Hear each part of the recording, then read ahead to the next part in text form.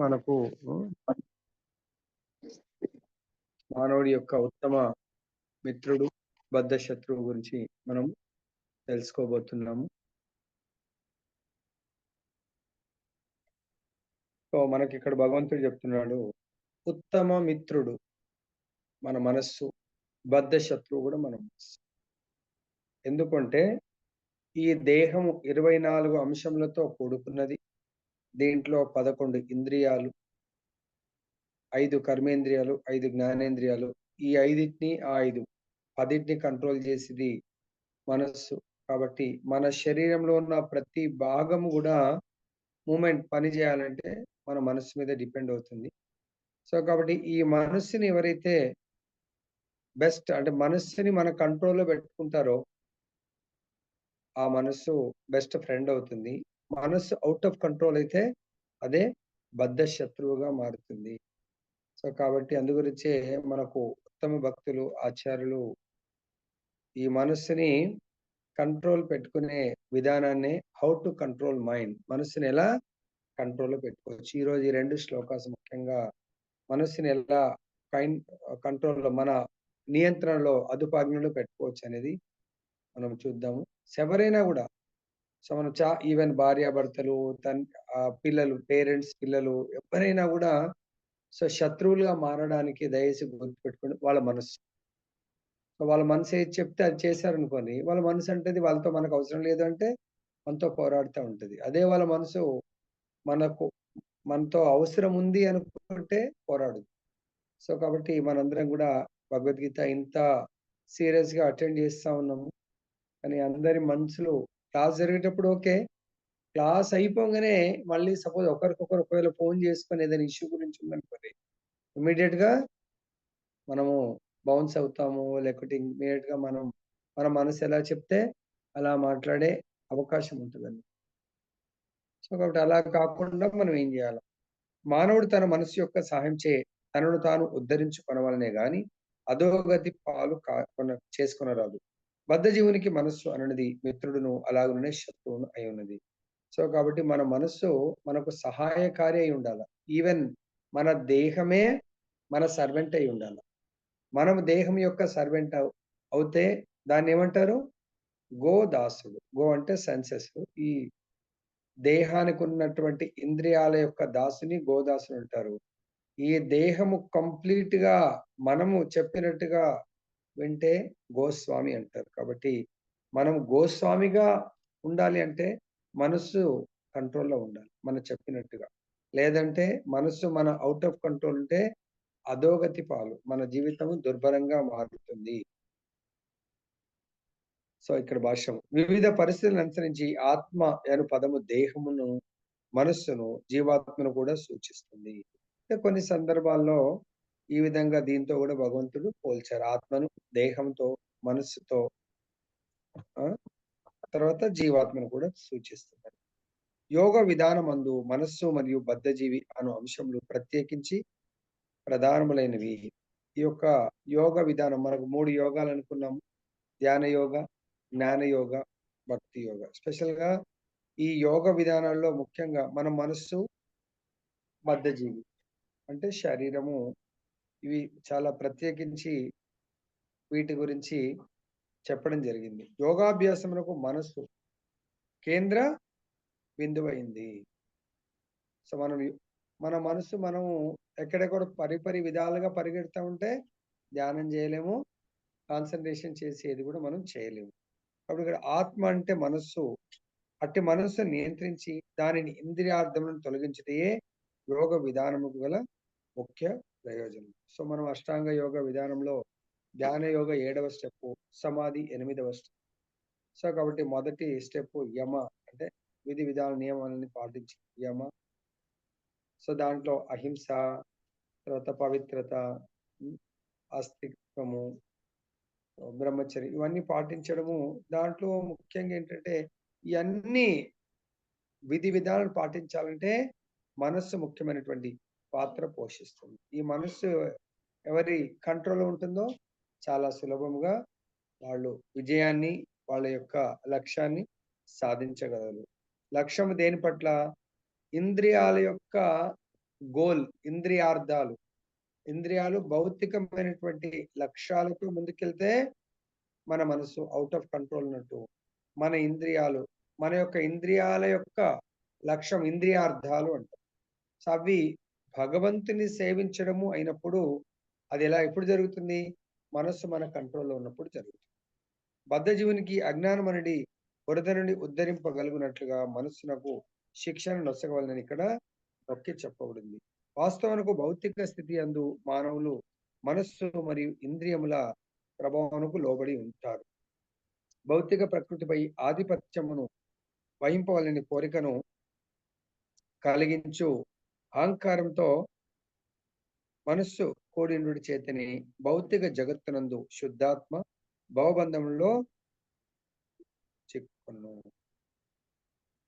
కనుక భౌతిక యొ ప్రకృతి యొక్క పై మెరుగులకు ఆకర్షింపబడకుండానట్లుగా మనస్సునకు శిక్షణనియ్యవలెను. ఈ విధముగానే బద్ధజీవుడు రక్షింపబడగలడు. ఇంద్రియార్థముల ఎడ ఆకర్షణతో ఎవరునూ తమను తాము అధోగతి పాలు చేసుకొనరాదు. ఇంద్రియార్థముల పట్ల మానవుడు ఎంత అధికంగా ఆకర్షింపబడునో అంత అధికంగా అతడు భవబంధంలో చిక్కుకొనును. అట్టి భవబంధము నుండి తప్పించుకొనుటకు మనసును సదా కృష్ణ చైతన్యమునందు నిమగ్నం చేయుటే అత్యుత్తమ మార్గం. ఈ విషయమును నొక్కి చెప్పుటకే ఈ శ్లోకం నుండి హి అను పదం ప్రయోగింపబడింది. అనగా ప్రతి ఒక్కరూ దీనిని తప్పక ఆచరించవలెను. అమృత బిందూపనిషత్తు చెప్పబడింది. మన ఏవ మనుష్యానాం కారణం బంధమోక్షయో బంధాయ విషయ సంగో ముక్త్యై నిర్విషయం మనః. మానవునకు మనస్సే బంధ మోక్షములకు కారణము. ఇంద్రియార్థములందు లగ్నమైన మనస్సు బంధమునకు కారణము. ఇంద్రియార్థం నుండి అనాసక్తమైన మనస్సు మోక్షమునకు కారణము అగుచున్నది. అనగా కృష్ణ చైతన్యమునందు నిరంతరం నెలకొన్నట్టు మనస్సే మోక్షమునకు కారణమగును.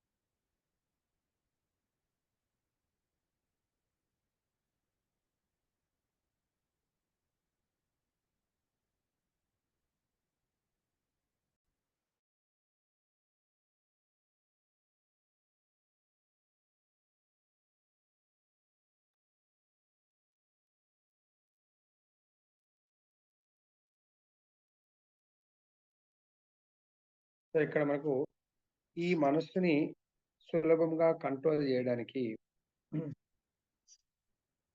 ధ్యాన యోగం కంటే కృష్ణ చైతన్యంలో నియుక్తం చేయడం చాలా సులభమైనటువంటి మార్గము.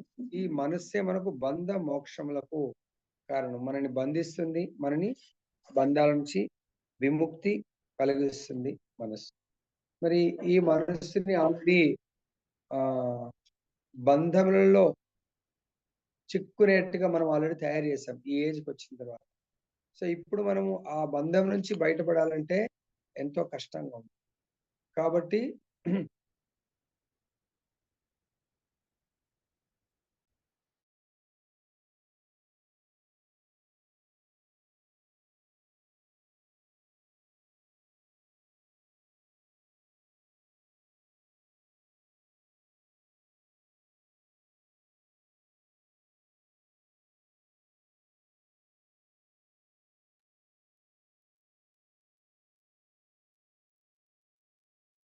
ఇక్కడ నెక్స్ట్ శ్లోకంలో చూద్దాము. మనస్సును జయించిన వానికి మనస్సే ఉత్తమ మిత్రుడు, కానీ అట్లు చేయలేని వానికి అతని మనస్సే గొప్ప శత్రువుగా వర్తించు. ఈ విషయాన్ని భగవంతుడు స్వయంగా కృష్ణుడు అర్జునుడితో చెప్పడం జరిగింది. మనకు ది బెస్ట్ ఫ్రెండ్ అంటే ఆల్ టైం మనతోని ఉండేటువంటి ఫ్రెండ్ మనస్సు. కొన్నిసార్లు మనము ఫ్రెండ్స్ తో వేరే జాబ్ దొరికిన వేరే దగ్గరికి వెళ్ళి మనం వెళ్ళిపోతాం. కానీ మనము అనే ఆత్మతో పాటు ఎప్పుడూ ట్రావెల్ చేసేది మన యొక్క ఈ మనస్సు. మరి ఇటువంటి మనస్సుని నేను అనే ఆత్మకు ఉపయోగకరంగా ఉండేట్టుగా నేను మలుచుకోవాలి. అలా కాకుండా నేను కొంచెం నెగ్లిజెన్స్ చేస్తే అప్పుడు ఆ మనస్సు ఇంద్రియాలకు ఫుల్ పర్మిషన్ ఇచ్చేసి ఇంద్రియార్థాల వెనక ఇప్పుడు గుర్రాలకు కదా కళ్ళెం లేకుండా గుర్రం ఎట్లైనా పరిగెడతాం. సో అలా పరిగెడితే ఇష్టం ఉన్నట్టుగా ఆ వెహికల్ ముందుకు వెళ్ళి ఒక్కొక్కటి ఒక్కొక్క సైడ్ డైరెక్షన్. కాబట్టి మనసుని ఎప్పుడు కూడా టైట్ చేసి అంటే తనకు స్వాతంత్రాన్ని ఇవ్వకుండా, భౌతిక స్వాతంత్రాన్ని ఇవ్వకుండా ఆధ్యాత్మిక మార్గంలో నియుక్తం చేస్తే భౌతిక స్వాతంత్రం ఆల్రెడీ కోల్పోతుంది. నెక్స్ట్ మానవ ధర్మం నిర్వహించుట యందు మనస్సును మిత్రునిగా చేసుకున్న కొరకై దానిని నియంత్రించే అష్టాంగ యోగాభ్యాస ప్రయోజనమై ఉన్నది. సో ఇక్కడ చూడండి, అష్టాంగ యోగా కూడా ఎందుకు చేయాలి అనే దానికి మానవ ధర్మాన్ని, మరి మానవ ధర్మం ఏంటి? భగవంతుడి పైన ధ్యానం చేయాలి, భగవద్ జ్ఞానాన్ని సముపార్జించాలి, భగవంతుడి యొక్క భక్తియుక్త సేవ చేయటమే మానవ జన్మ యొక్క లక్ష్యము, ధర్మము. మనస్సు నియంత్రింపబడిన యోగాభ్యాసము కాలయాపన మాత్రమే కాలం. సో మనం యోగా అంటే ఒకవేళ రేపే అనుకోండి యోగా, మన మనస్సుని ఒకవేళ నియంత్రించలేకపోతే మనం యోగాని దాని గురించి ఎంతో ప్రాక్టీస్ చేస్తే కూడా అది కాలయాపన. అంటే బాడీలీ ఎక్సర్సైజ్ ఓకే, కానీ నిజమైనటువంటి యోగా యొక్క లక్ష్యము నెరవేరదు. మనస్సును అదుపు చేయలేని వాడు నిరంతరం గొప్ప శత్రువుతో కలిసి వాడగును. ఈ విధంగా అతని జన్మ మరియు జన్మ ప్రయోజనం సంపూర్ణంగా వ్యర్థమగును. చూసారా, మనం ఇద్దరు వైఫ్, హస్బెండ్, పిల్లలు అందరం జీవిస్తున్నాం. అందరి యొక్క మనస్సు వాళ్ళ కంట్రోల్లో ఉండాలి. ఎప్పుడు కంట్రోల్ అవుతుంది?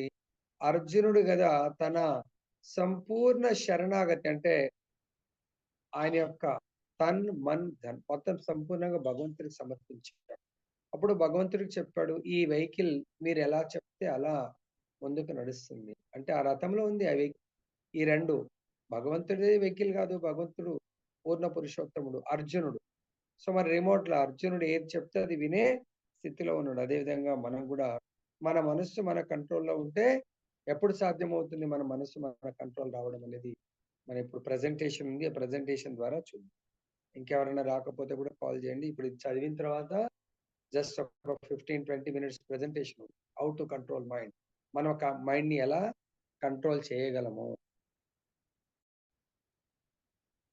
తనకంటే ఉన్నతుడైన యజమాని ఆజ్ఞను నిర్వర్తించడం అనున్నది జీవుల సహజ నిజస్థితి. సో మనం జనరల్ గా ఇంట్లో కానీ, బయట కానీ, ఆఫీస్లో కానీ ఎక్కడైనా కూడా మనకంటే ఉన్నత పదవి కానీ, మనకంటే పెద్దవారు కానీ, సో వాళ్ళ యొక్క ఆజ్ఞలను నిర్వర్తించుట అనేది నార్మల్ గా మానవుడి యొక్క నైజం. పశువులకైతే తెలియదు ఎవరు పెద్దవాళ్ళు ఎవరు చిన్నవాళ్ళు అనేది తెలియదు. అయినా అవి కూడా తన యజమాని యొక్క ఆజ్ఞలను పాటిస్తా ఉంది. కానీ మరి మానవులమై మనము పాటించకపోతే లాభం. సో ఎవరైతే ఆఫీస్లో నిజంగా చాలా డెడికేటెడ్ గా, సిన్సియర్ గా, సీరియస్ గా ఉంటారో they will follow the rules and regulations and elders instructions. మనసు జయింపరాని శత్రువుగా ఉన్నంత కాలం అతడు కామము, క్రోధము, ద్వేషము, లోభము, మోహం వంటి వాటి ఆజ్ఞలను సేవింపవలసి వచ్చును.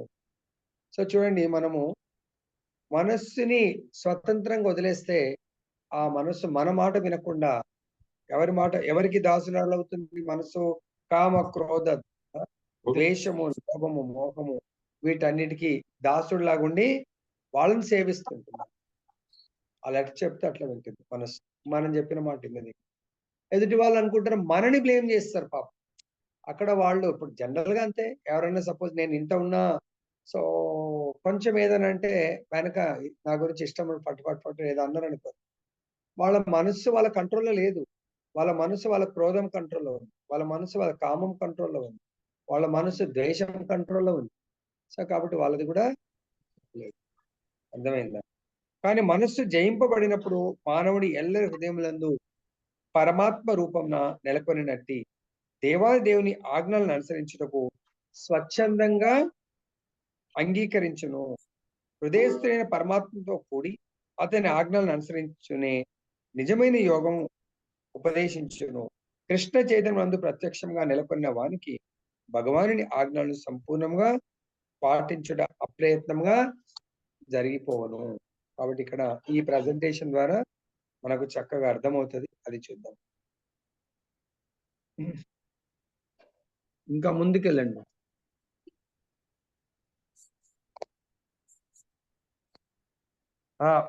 అంటే 7th 6th స్లైడ్స్ మాకు ఇది లాస్ట్కి వచ్చినట్టున్నాము.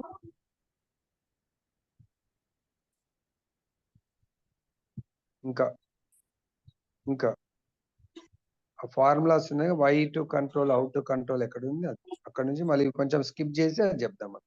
ఇంకా ముందు ఫస్ట్ ఒకసారి చూపించండి, అందరికి తెలుస్తుంది కదా. ఫస్ట్ స్లైడ్ చూపించండి. ఇది ఈరోజు మనం చర్చించబోతున్నాం. How to control the wicked mind, అంటే నా యొక్క ఈ మనసుని ఏ విధంగా కంట్రోల్ చేయాలి. Next month. సో ఇక్కడ WWH formula, what is mind, why to control, how to control, ఈ మూడింటి గురించి మనం తెలుసుకుందాం. నెక్స్ట్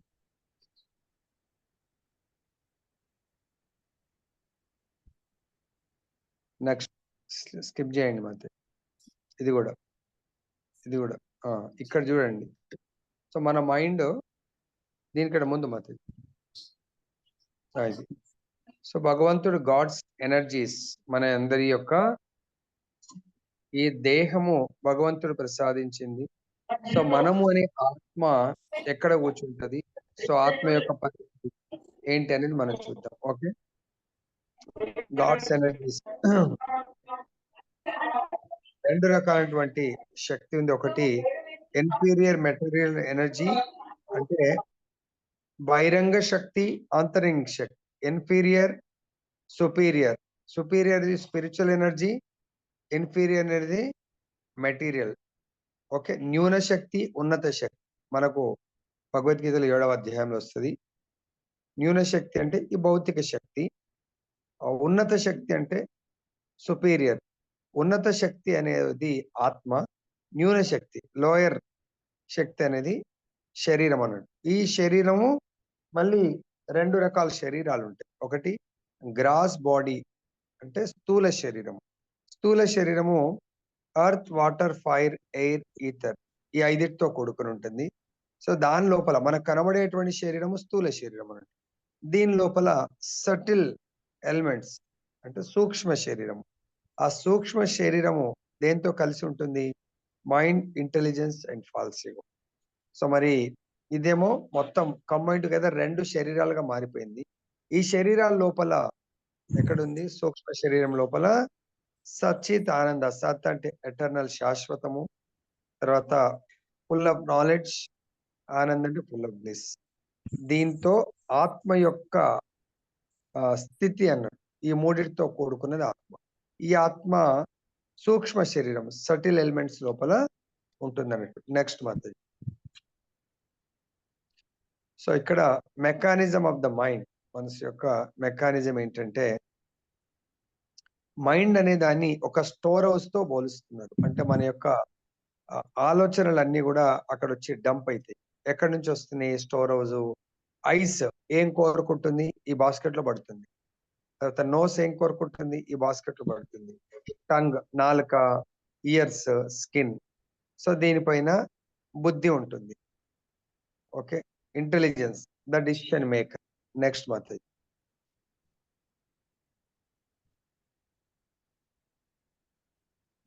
సో దీని మొత్తాన్ని కలిపి కంబైన్ టుగెదర్ ఒక రథంతో, చారియట్ తో పోల్చారు మన ఆచార్యులు, భగవంతుడు. Chariot of the body. So దీంట్లో దీని ఒక గుర్రంలా, అంటే ఒక రథం లాగా అనుకుంటే, ఈ రథంలో సోల్ అనే మనము కూర్చున్నాము. సో ఈ యొక్క రథం యొక్క డ్రైవర్ ఇంటెలిజెన్స్ మన పక్కకు, మన ముందు కూర్చున్నాడు డ్రైవ్ చేయడానికి కొరకు. అదే విధంగా మైండ్ అండ్ 5 సెన్సెస్, ముఖ్యంగా ఈ సెన్సెస్ ని హార్స్ తో పోల్చారు, గుర్రాలతో. ఈ గుర్రాలకు ఇంటెలిజెన్స్ మధ్య మైండ్ ఒక రోప్ లాగా ఉంది. సో ఈ అంటే కోఆర్డినేషన్ చేస్తూ ఉంటుంది ఇంటెలిజెన్స్. అదే ఈ యొక్క మైండ్ విచ్చలవిడిగా ఫ్రీగా ఉందనుకోండి, ఆ గుర్రాలు ఇష్టం ఉన్నట్టు వెళ్ళిపోతాయి. మనం కూడా ఎద్దుల బండి కానీ ఏదైనా తీసుకెళ్తున్నప్పుడు దాన్ని గట్టిగా మనము వాటిని కంట్రోల్ చేసే తాడు మన చేతుల్లో ఉంటే అవి కంట్రోల్ అవుతాయి, లేదు అంటే అవి ఇష్టం ఉన్నట్టు పరిగెడతా ఉంటాయి. నెక్స్ట్. సో నేను ఎందుకు కంట్రోల్ చేయాలి? Control, why control? ఇక్కడ చూడండి, మైండ్ యొక్క నేచర్, స్వభావం, అది ఒకవేళ కంట్రోల్ చేస్తే అది మనం చెప్పినట్టు వింటా ఉంది. దాన్ని కొంచెం నెగ్లిజెన్స్, లూజ్ వదిలేస్తే అది మనకు గొప్ప శత్రువుగా మారిపోతుంది. మనకు తెలియకుండానే మారిపోతుంది. ఎలా మారిపోయిందో తెలియదు. సపోజ్ ఎగ్జాంపుల్, మనకు పాము కుట్టింది అనుకోండి పొలాలలో, తెలియదు, ఏదో ముళ్ళు గుచ్చినట్టు అనిపిస్తుంది. పొలం అంతా తిరిగి వస్తున్నప్పుడు అది మెల్లమెల్లగా దాని పనే చేస్తుంది. ఏమవుతుంది, పైకి పాయిజన్ పైకి ఎక్కుతా ఉంది.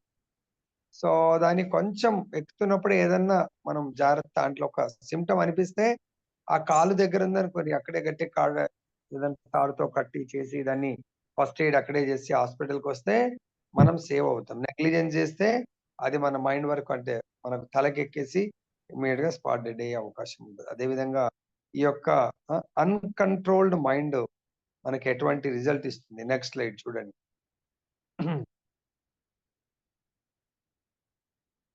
సో ఇక్కడ భగవంతుడు చెప్తున్నాడు భగవద్గీత ఇదే శ్లోకం, బంధురాత్మాత్మనస్య ఏనాత్మ ఇవాత్మనాజితౌ అనాత్మానస్తు శత్రువత్ వర్తతే సైమ శత్రువత్. Next month.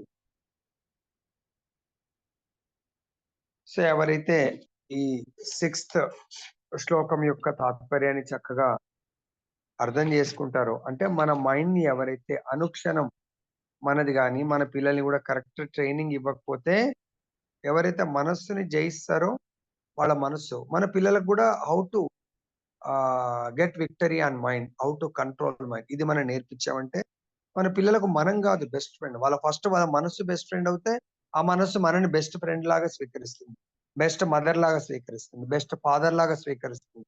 వాళ్ళ మైండ్ పాపం అన్‌కంట్రోల్డ్ ఉందనుకోండి, మన పిల్లలు అంటే మన యొక్క కో ఆత్మ అన్నట్టు. సో మనం అందరం మమైవాంశో జీవలోకే జీవభూత సనాతన, మనం భగవంతుడి యొక్క అంశలం అనుకున్నప్పుడు వాళ్ళు కూడా అంశలే. సో కాబట్టి, కానీ వాళ్ళ బాడీ, వాళ్ళ మనస్సు వాళ్ళ మాట వినట్లేదు అనుకోండి, వాళ్ళ మనస్సే వాళ్ళకి శత్రువు అయినప్పుడు ఆటోమేటిక్ గా పాపం ఆ ఆత్మని ఎవరైతే కోరుకుంటారో వాళ్ళని ఆ మనస్సు శత్రువులాగా ట్రీట్ చేస్తూ ఉంటుంది. కాబట్టి ఫస్ట్ మనస్సుని జయించాలి, మన మైండ్ జయించాలి. అప్పుడు ప్రతి ఒక్కరూ మిత్రుల్లాగా అయిపోతారు. ఆ అన్‌కంట్రోల్ మైండ్ ఏమవుతుందంటే ప్రతి ఒక్కరు కూడా శత్రువుగా మారిపోతారు. నెక్స్ట్. సో ఇక్కడ మనకు మన మనసు నిజంగా మనకు ఫ్రెండా కాదా అని అంటున్నారు. సో మనస్సుని ఒక నైఫ్ తో పోలుస్తున్నారు, ఒక కత్తితో. ఒక కత్తి ఒకవేళ డాక్టర్ చేతుల్లో ఉంటే, ఆ కత్తి, ఆ సర్జన్ చేతుల్లో ఉన్న కత్తి ఒక జీవితాన్ని రక్షించగలుగుతుంది. అదే కత్తి ఒక దొంగ చేతిలోకి వెళ్ళిందంటే, ఆ దొంగ తన స్వలాభం కొరకు ఆ వ్యక్తిని మర్డర్ చేసి అతని దగ్గర ఉన్నటువంటి ధనాన్ని లూటీ చేస్తారు. ఇక్కడ డాక్టర్ కూడా తీసుకుంటారు, కానీ ఒక వ్యక్తి యొక్క జీవితాన్ని కాపాడడానికి కొరకు. అక్కడ దొంగ కూడా డబ్బులు తీసుకుంటున్నాడు ఆ వ్యక్తిని సంబంధించడానికి కొరకు. సో ఒకటి, రెండు దగ్గరలు కూడా మైండ్ పనిచేస్తుంది. డాక్టర్ యొక్క మైండ్ తన కంట్రోల్లో ఉండి అదే వీళ్ళు కూడా మెంటల్లీ రిటైర్డ్ అనుకోని వాళ్ళు కూడా ఏం చేయలేదు. కాబట్టి controlled doctor can save the life. అదేవిధంగా uncontrolled thief can murder the person with there, అంటే uncontrolled mind. Next month. So చూడండి ఇక్కడ అన్‌కంట్రోల్డ్ మైండ్. ఇప్పుడు మనం కూడా అప్పుడప్పుడు బాగానే ఉంటాం, ఉన్నట్టుండి ఇంట్లో వాళ్ళు ఒక చిన్న విషయం గురించి టక్ టక్ టక్ చాలా బ్లాస్ట్ అయిపోతారు అందరు. ఒకరిని చూసి ఇంకోళ్ళు, ఆ ఫస్ట్ అతను బ్లాస్ట్ కాగానే మనం ఇంత క్లాస్ వింటున్నాం, ఆయన మనం రెచ్చగొడతాడు. మీరు ఏం వింటున్నారు, వేస్ట్ మీ క్లాస్, అది ఇది అని రెచ్చగొడితే మనం ఎక్కడికి వెళ్తాము? క్లాస్ కాదు, వీళ్ళు నా కృష్ణుడిని అంటున్నారు, మా గురువు గారు అంటున్నారు, భగవద్గీతను అంటున్నారు. అప్పుడు మన మైండ్ లేదు, నువ్వు యాక్సెప్ట్ చేయకు, నువ్వు వాళ్ళు ఇచ్చేసే అది చేసే అని చెప్పేసి. అప్పుడు మనం వాళ్ళకు ధీటైన సమాధానం ఇవ్వడానికి పోతే వాళ్ళు ఇంకా రెచ్చిపోయి మొత్తం అన్‌కంట్రోల్, వాళ్ళు ఎట్లా అన్‌కంట్రోల్ ఉన్నారు. సో మనం కంట్రోల్డ్ గా ఉండి డిసిషన్ కరెక్ట్ గా అక్కడ, సో ఏ విధంగా రియాక్ట్ అవ్వాలనేది చూసుకోవాలి. ఒకవేళ అన్‌కంట్రోల్డ్ మైండ్ అయితే ఏమవుతుంది, డిప్రెషన్ కు లోనవుతారు, స్ట్రెస్, హైపర్ టెన్షన్ పెరిగిపోతుంది, అనవసరంగా మనకు పెరుగుతుంది అన్నట్టు. డ్యామేజ్ టు వన్ సెల్ఫ్, మనకు మన పర్సనల్ డ్యామేజ్ అవుతుంది, ఫ్యామిలీకి డ్యామేజ్ అవుతుంది. దానివల్ల సొసైటీకి డ్యామేజ్ అవుతుంది. తర్వాత మనకు ఇంకా రోజు రోజుకు అలా మనం మైండ్ కంట్రోల్‌లో లేకపోతే మనకు కాన్ఫిడెన్స్ లూజ్ అవుతాము. సో, ఇవన్నీ గూడా loss of trust, madness, dangerous diseases వచ్చే అవకాశం బీపీ, షుగర్‌లు అన్నీ గూడా వచ్చే అవకాశం ఉంటుంది. కాబట్టి మైండ్‌ని ఎప్పుడు కూల్‌గా పెట్టాలి. కంట్రోల్ చేస్తూ ఉండాలి. నెక్స్ట్ కాబట్టి అన్‌కంట్రోల్డ్ మైండ్ ఉన్నవాళ్ళు ఎటువంటివన్నీ రెడ్‌గా చెప్పారు చూడండి. సో, డ్రగ్ అడిక్ట్ అవుతారు. కరప్షన్, ఆ డ్రగ్స్‌కి డబ్బులు కావాలంటే కరప్షన్. సో, భర్త అలా డ్రగ్స్ అడిక్ట్ అయ్యి కరప్షన్ చేస్తే భార్యకు నచ్చకపోతే డైవోర్సు, మెంటల్‌గా డైవోర్స్ అయిపోతే అతను మెంటల్లీ డిస్టర్బ్ అయిపోతా ఉంటాడు. ఆ మెంటల్ డిసార్డర్‌లో సో, ఎటువంటి పనులు చేస్తాడో అతను చేసిన తర్వాత గూడా నేను తప్పు చేశానని గూడా తెలియదు.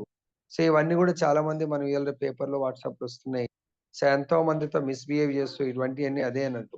వయలెన్స్ ఎంతోమంది చంపడము, అమ్మాయిల్ని ఇది చేయటము.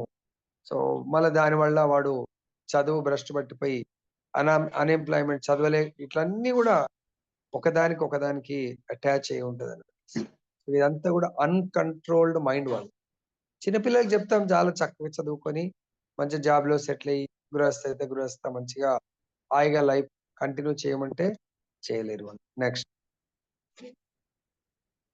సో, ఇవన్నీ ఇందాక అన్‌కంట్రోల్డ్ మైండ్ ఉన్నవాళ్ళు ఇటువంటియన్నీ గొడవలు చేస్తా ఉంటారు. నెక్స్ట్.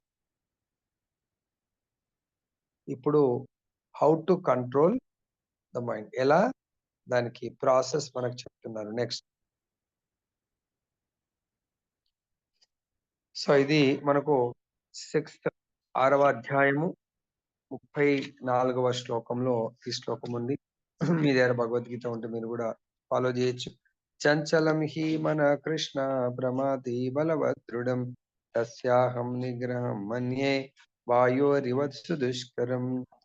సో, అర్జునుడు అంటున్నాడు, ఓ కృష్ణ, మనస్సు చంచలమును కలతనొందించినదియును దృఢమును మిక్కిలి బలవత్తరమును అగుటచే దీనిని నిగ్రహించుట వాయువుని నిగ్రహించిన కంటేను కష్టతరమని నేను భావిస్తా. అర్జునుడే అన్నాడంట. ఈ మనస్సుని నిగ్రహించడం నా వల్ల అవ్వట్లేదు కృష్ణ, కష్టం అని జెప్పేసి. దానికి కృష్ణుడు మళ్ళీ ఏబీసీడీఎఫ్ ఫార్ములా పెట్టిండు. ఏబీసీడీ ముఖ్యంగా. నెక్స్ట్ చూడండి మరి. Next slide. How to control mind. ఎలా కంట్రోల్ జేయొచ్చు. A B C D. A for association, B for books, C for chanting, D for diet. So, ఇక్కడ మనం చూద్దాం. నెక్స్ట్.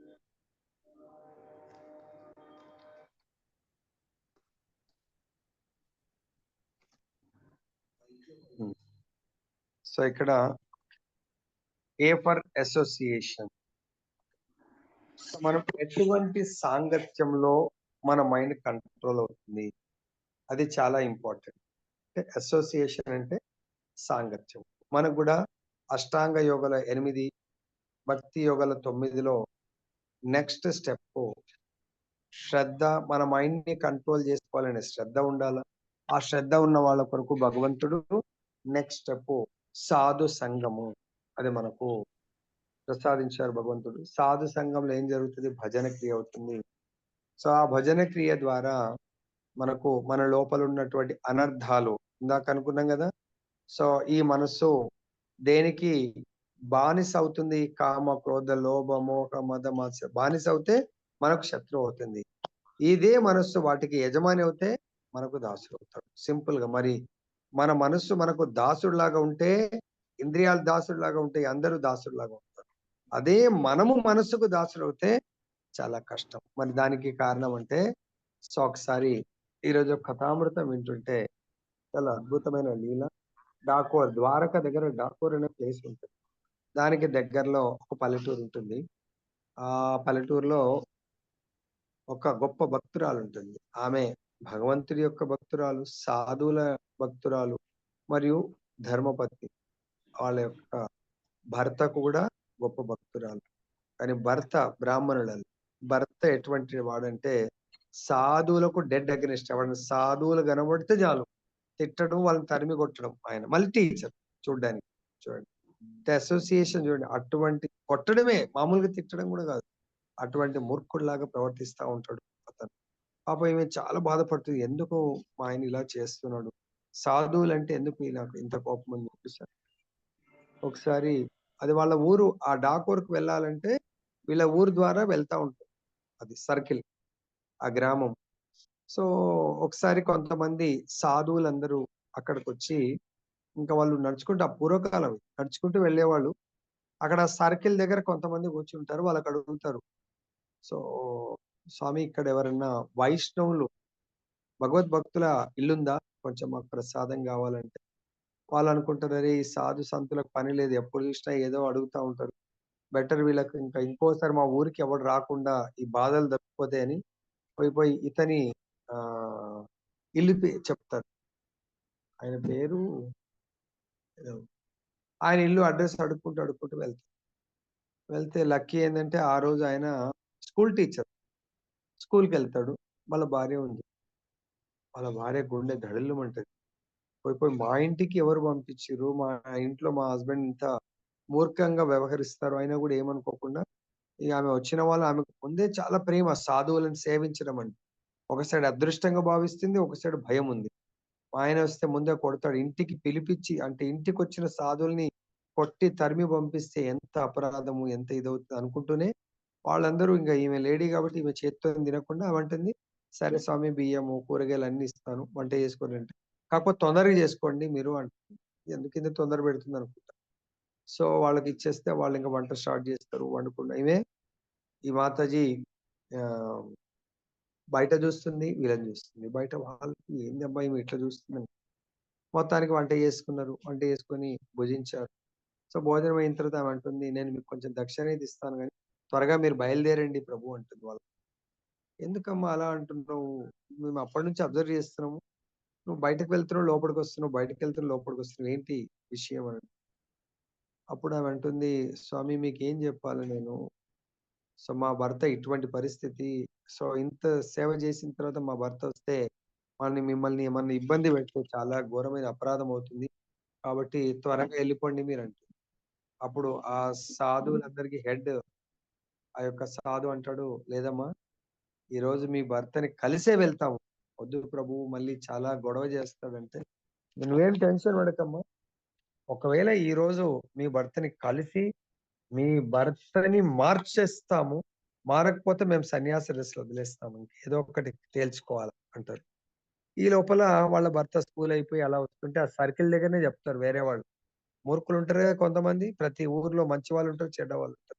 ఆయనకక్కడే జెప్తారు. "అరే! ఈరోజు మీ ఇంట్లో సాధు సంతుల పూజ జరుగుతుంది. నువ్వు ఇక్కడేం జేస్తున్నావు?" "మా ఇంట్లో సాధు సంతులదా? అదేంటి ఇంపాసిబుల్" అంటే, "లే మీ ఇంట్లో జరుగుతుంది. భోజనాలు ఏర్పాటు జేశారు. నేనిక్కడుంటే" అని పరిగెత్తుకుంటూ వస్తాడు. చూస్తే నిజంగానే సాధువులందరున్నారు. ఆ ఇంట్లోకి ఎంటర్ గాకముందే ఒక కట్టె తీసుకొనొస్తాడు. ఆయన సాధువుల్ని కొట్టడానికి కొరకు. అప్పుడు ఆ మాతాజీ మధ్యలో వచ్చి, "లేదండి వాళ్ళని ఏమనొద్దు" అంటే, ఆ కర్ర కాస్త ఆమె తల మీద పడుతుంది. ఆమె కింద పడిపోతుంది. అప్పుడు అయినా గూడా కొట్టడానికి ప్రయత్నం జేస్తే, ఆమె అతని కాళ్ళు పట్టుకుంటుంది. కొట్టకండి సాధువులు ఆళ్ళని జెప్పేసి. అప్పుడు అయినా గూడా ఆయన కర్ర లేపితే, అందులో ముఖ్య సాధువు వచ్చి ఆ కర్రని పట్టుకుంటాడు. కర్రని పట్టుకొని జస్ట్ ఆయన స్పర్శ ఆయన చేత్తో తల మీద చెయ్యి పెట్టంగానే, ఎట్లయితే వాలికి ఎదుటగా ఎవరు యుద్ధం జేయడానికొచ్చినా సగం బలం ఆయనకొస్తదన్నట్టుగా, ఎప్పుడైతే ఈ సాధువు ఆయన సాంగత్యం జూడండి. చెయ్యి పెట్టంగానే ఆ సాధు లక్షణాలు మొత్తం ట్రాన్స్‌ఫర్ అయిపోయాయండి. అయిపోయేప్పుడు ఆయన మొత్తం కాళ్ళ మీద పడిపోతాడు. సో, మన్నించండి అని. అప్పుడు ఆ సాధువులు చెప్తారంట, "ఇంక నీ జీవితం పాత జీవితాన్ని వదిలేసేయి. కొత్త జీవితం భగవంతుడికి భజన చెయ్యి. భగవంతుడి యొక్క కీర్తన చెయ్యి. భగవంతుడి యొక్క భక్తియుక్త చేసుకుంటూ జీవితం ధన్యం చేసుకో" అని చెప్పేసి వాళ్ళెళ్ళిపోతారు. వాటర్ ఆ రోజు నుంచి ఆయన జీవిత విధానమే మారిపోయింది. అసోసియేషన్. అందుగురించి మనకంటారు సాధు సంగ సర్వశాస్త్ర కోయ్, లవమాత్ర సాధు సంగ సర్వసిద్ధి కోయ్. లవమాత్ర సాధు సంగ ఆయన వాళ్ళకి సేవ గూడా జేయలే. వచ్చి ఆ విధంగా వాళ్ళ భార్య సేవ జేసినందుకు భార్య యొక్క కృప వల్ల ఆయన లోపల చాలా మార్పొచ్చేస్తుంది. ఇంక నిత్యము నిరంతరం భజన జేసుకుంటూ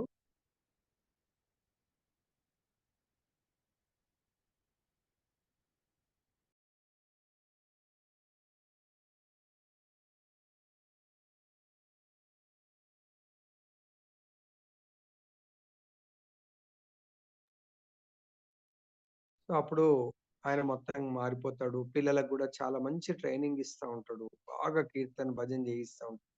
సన్మార్గంలో నడిపిస్తా ఉంటాడు. కానీ ఆ ఊర్లో ఉన్నటువంటి కొంతమంది ఇటువంటి దుర్మార్గులు, దుష్టులకు నచ్చదు. ఇప్పుడు వాళ్ళందరూ అరే! ఇట్లయితే మా పిల్లలందరూ గూడా ఈ సాధువుల్లాగా మారిపోయి మా ఇంటికి ఇంకా ఏమి మా ఇంట్లో పని జేయరు వీళ్ళు అని జెప్పేసి వాళ్ళు విద్యాశాఖ అధికారికి వాళ్ళ ఊర్లో ఉన్నటువంటి అక్కడ దగ్గరలో ఉన్నటువంటి ఎడ్యుకేషనల్ ఆఫీసర్ కంప్లెయింట్ జేసి, సో, ఈయన చదువు చెప్పట్లేదు ఇలా ఇలా అని జెప్పేసి చెప్తే, ఒకసారి ఆయనొస్తాడు. వచ్చినప్పుడు చాలా అద్భుతంగా వాళ్ళ బిహేవియర్ గాని, మెయింటెనెన్స్ గాని చాలా బావుంటదన్నమాట. అప్పుడు ఆయన జూసి అరే! ఇంత బావుంది వీళ్ళేమి ఇట్లా కంప్లెయింట్ జేశారని, ఇంకా వెళ్తూ వెళ్తూ ఇన్స్‌పెక్షన్ తర్వాత రూ. 5 ఆయన సాలరీ పెంచేసి ఎళ్ళిపోతాడు. అరే! ఇదేంటి ఈయన బానే మేనేజ్ జేశాడని జెప్పేసి. సో, ఆయన నిత్యము చాలా పిల్లలందరినీ చాలా బాగా తయారు జేస్తాడు. గ్రూప్ లీడర్స్‌ని మంచిగా తయారు జేస్తాడు. వాళ్ళు డిస్ట్రిక్ట్ ఆఫీసర్‌కు కంప్లెయింట్ జేస్తారు. సో, ఈయన ఆ భక్తి మార్గంలో సాధువులు చెప్పిన విధంగా ఏం జేస్తాడంటే, వాళ్ళందరూ డాకోర్ వెళ్తా ఉంటారు. సో, వాళ్ళు ఆ డాకోర్ అంటే స్వయం భగవంతుడు ద్వారకా నుంచి ఇక్కడికొస్తాడని. అప్పుడు ఈయన గూడా ఒక నియమం బెట్టుకుంటాడు. దగ్గరే ఉంటది. సో, ఒక నియమం బెట్టుకుంటాడు. ఎవ్రీ పౌర్ణిమకు డాకోర్ వెళ్ళాలని. అప్పుడు ఆయన గూడా ఇంకా స్కూలున్నా గూడా పిల్లలకి జెప్పేసి ఎళ్ళిపోతుంటాడు. అది ఆ ఊరోళ్ళందరికి ప్రచారం అది. అరే! ఎవ్రీ ఫ్రైడే నా స్కూలుకెళ్ళడు అని. ఒక ఫ్రైడే వాళ్ళు కంప్లెయింట్ ఇచ్చి డిస్ట్రిక్ట్ ఎడ్యుకేషనల్ ఆఫీసర్‌ని తీసుకొస్తారు. తీసుకొస్తే అప్పుడు పిల్లలు అది గూడా వాతావరణము, స్కూలు, పిల్లల బిహేవియరు చాలా అద్భుతంగా ఉంటుంది. అప్పుడు వాళ్ళొచ్చి చూడు చూడు ప్రేయర్ జరుగుతుంటదన్నాడు. ప్రేయర్ జరుగుతా ఉంటే ఆ ప్రేయర్స్ కూడా చాలా బాగా చేస్తారు. కానీ టీచర్ ఉండడు. వీళ్ళు ఆయనకు జెప్తారు. చూడండి సార్ లేనే లేడు. ఆయన వెళ్ళిపోయిండు. లేడంటే అప్పుడే ఈ ఇతను ఈ టీచర్ వస్తాడని. అప్పుడంటాడు ఈ ఆఫీసర్‌కు సారీ సార్ మీరొస్తారని తెలియదు. కొంచెం లేట్ అయింది. పర్వాలేదని జెప్పేసి ఆయనతోని మాట్లాడి అడగండి, అడగండి ప్రశ్నలు అడగండి పిల్లల్ని అంటే, ఆ పిల్లలకు ఒక 2 ప్రశ్నలైతే చాలా బ్రహ్మాండంగా జెప్తారు. లేదు వాళ్ళని డిఫరెంట్ యాంగిల్‌లో అడగండి. చూడండి అసోసియేషన్ ఎట్లా ఉంటది. వాళ్ళంతా గూడా పూర్వం ఈయన వాళ్ళ సైడ్ ఉన్నప్పుడు చాలా బావుండే. వాళ్ళ సాంగత్యంలోంచి వెళ్ళిపోయిండు గాబట్టి ఈయనకు కష్టాలు పెట్టాలని ప్లాన్ జేస్తారు. కానీ ఈయన ఎవరి సాంగత్యంలో ఉన్నాడు? భగవంతుడి యొక్క సాంగత్యంలో ఉన్నాడు. సాధువుల యొక్క కృప వల్ల. అప్పుడు ఆయన ఒక ప్రశ్న అడుగుతాడన్నమాట. District officer. కృష్ణుడు రాముడు కంసుడిని పగలు చంపాడా? రాత్రి చంపాడా? అని చెప్పేసి. క్వెషన్ అర్థమైందా? రాముడు ఆయన అడిగిన క్వెషన్ అద్భుతమైన క్వెషన్. రాముడు కంసుడిని పగలు చంపాడా? రాత్రి చంపాడా? పిల్లలు ఇట్లా ఆలోచిస్తుంటే అప్పుడు ఆ టీచర్ చెప్పండి ఒక స్టూడెంట్‌కి చెప్పండి. మంచి ఆన్సర్ ఇవ్వండి సార్‌కి అంటారు. ఎవరైనా చెప్తారా ఆన్సర్? అసలు ఇప్పుడు వాళ్ళని అక్కడ కన్ఫ్యూజ్ చేయడానికి ఆ అడిగారు. అబ్బాయి ఆ అబ్బాయి ఏమంటాడంటే మరి చిన్నపిల్లలు ట్విస్ట్ చేయడానికి వాళ్ళు అన్నారు కదా! ట్విస్ట్ చేయండి, ట్విస్ట్ చేయండి. అప్పుడు ఆ అబ్బాయి ఆన్సర్ ఇస్తాడు. సార్ ఫస్ట్ థింగ్ సేమ్ మీలాగే మీరు చెప్పినట్టే. ఫస్ట్ థింగ్ మీరు అడిగిన క్వెషన్ తప్పు. ఏమనుకోకండి. ఎందుకంటే అక్కడ కంసుడిని చంపింది కృష్ణుడు. రావణుడిని చంపడం గాదు. రాముడు రావణుడి యొక్క వంశం మొత్తాన్ని సంహరించాడు. ఇక్కడ కృష్ణుడు కంసుడిని చంపుతాడు. అక్కడ వంశంలో ఉన్న అందరిని చంపేస్తాడు. అంటే ఆయన చాలా ప్రసన్నమవుతాడు. ప్రసన్నమై ఇంకా ఆయనకు ఆ రోజుల్లో నీకు టీచర్‌గా గాదు నువ్వు ఉండవలసింది. ఇంత అద్భుతంగా పిల్లల్ని తయారు చేసావు గాబట్టి, నీకు డిస్ట్రిక్ట్ ఆఫీసర్‌గానే నిన్ను ప్రమోట్ చేస్తున్నాము. నువ్వు టీచర్‌గా ఉండకూడదని జెప్పేసి, అందులో ఇంకా రూ. 25 ఎక్కువ సాలరీ ఇస్తూ, నీకు ప్రమోట్ చేస్తున్నా అని చెప్పేసి వెళ్ళిపోతాడు. ఆయన నెక్స్ట్ రైల్వే స్టేషన్‌కొచ్చి ట్రైన్‌కెళ్దామని వస్తాడు. అప్పుడే అదే ట్రైన్‌లో ఆ టీచర్ డాకోర్‌కి వెళ్లి భార్యతో సహా అప్పుడే ట్రైన్ దిగుతాడండి. అప్పుడు దిగంగానే ఆయన ఈ సార్‌కు నమస్తే పెట్టి, "సార్ సారీ సార్ మీరొస్తారని తెలీదు. మీకు చెప్పలేదు. నేను డాకోర్ దర్శనం చేసుకొని వస్తున్నానంటే" ఆ ఆఫీసర్‌కి అర్థం కాలేదు. "నువ్వేంటి డాకోర్ ఏంటి? ఇందాకే స్కూల్‌లోనే కలిసినావు గదా!" అంటే, నేను స్కూల్‌లో ఎక్కడున్నాను సార్, నేను లేను సార్. నేనెళ్ళి ఇప్పుడొస్తున్నాను సార్ డాకోర్‌లో దర్శనం చేసుకొని. ఊరోళ్ళొచ్చిండ్రు ఆయన సెండ్ ఆఫ్ జేయడానికి. అరే! ఈయననే ఇట్లా అంటున్నాడు. ఇప్పటివరకు ఈయననే గదా అక్కడున్నాడు. అప్పుడు ఆయన కళ్ళల్లోంచి అశ్రుధారలు గారుతా ఉన్నాయంట. నీకు ప్రమోషన్ గూడా ఇచ్చాను నేను. డిస్ట్రిక్ట్ ఆఫీసర్‌గా నీకు ఆఫీసర్‌గా. సో, నువ్వు టీచర్‌గా నువ్వు గాదు. నువ్వు చాలా ఉత్తమమైనటువంటి సేవలకు నాకు ప్రమోషనా? నాకేమి అర్థం అవ్వట్లేదండి. అవునే అంటే అప్పుడు ఆయన అంటున్నాడంట, నాకిప్పుడు అర్థమైంది. ప్రతిసారి పౌర్ణమికి వెళ్తే నా స్వామి ఇట్లా వెలిగిపోతుంటది ఆయనది. ఈసారి ఎందుకో కాంతి అంత ఎక్కువ అనిపించలేదు. నా ప్రభువు నా కొరకు ఆ! నేను సేవ చేసే డ్యూటీని ఆయన యొక్క కాంతి రూపంలో తీసుకొని వెళ్లి నా రోల్ ప్లే చేశాడు. ఆ సేవ చేశాడు. కాబట్టి మీరందరూ చాలా అదృష్టవంతులు. చాలా అని జెప్పేసి ఇంకొక పేపర్ తీసుకొని నేనింక డ్యూటీ చేయలేను సార్. నేనింకా పదవి విరమణ చేసేస్తున్నాను. నా ప్రభు నా కొరకు డ్యూటీ చేశాడంటే నాకర్థమైపోయింది. ఇంకా నాకు డ్యూటీ చేయవలసిన అవసరం లేదు. నా ప్రభు యొక్క సేవలో నేను నియుక్తమైపోతానని జెప్పేసి ఆయన రిజైన్ చేస్తాడన్నాడు. కాబట్టి ఈ సాధువుల యొక్క సాంగత్యం ఎంత పవర్‌ఫుల్ ఉంటదంటే మనం ఊహించలేం. భగవత్ ప్రాప్తి ఆ విధంగా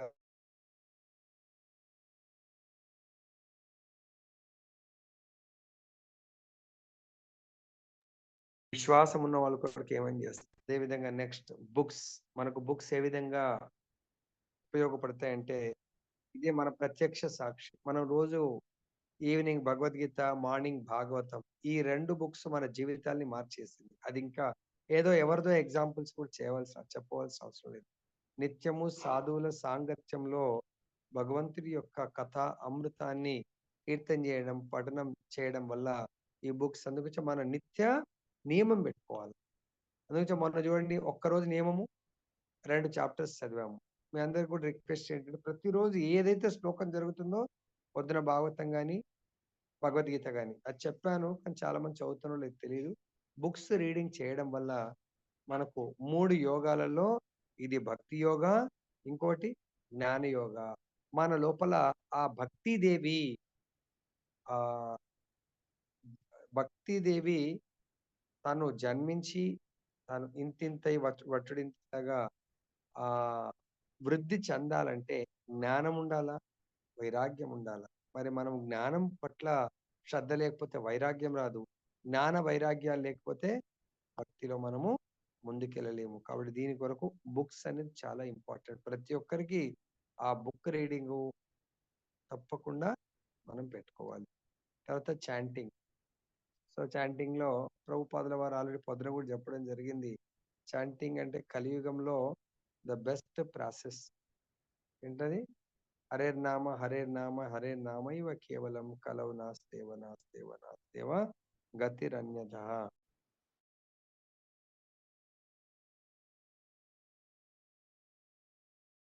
మనః ఇతి త్రాయతే మనః.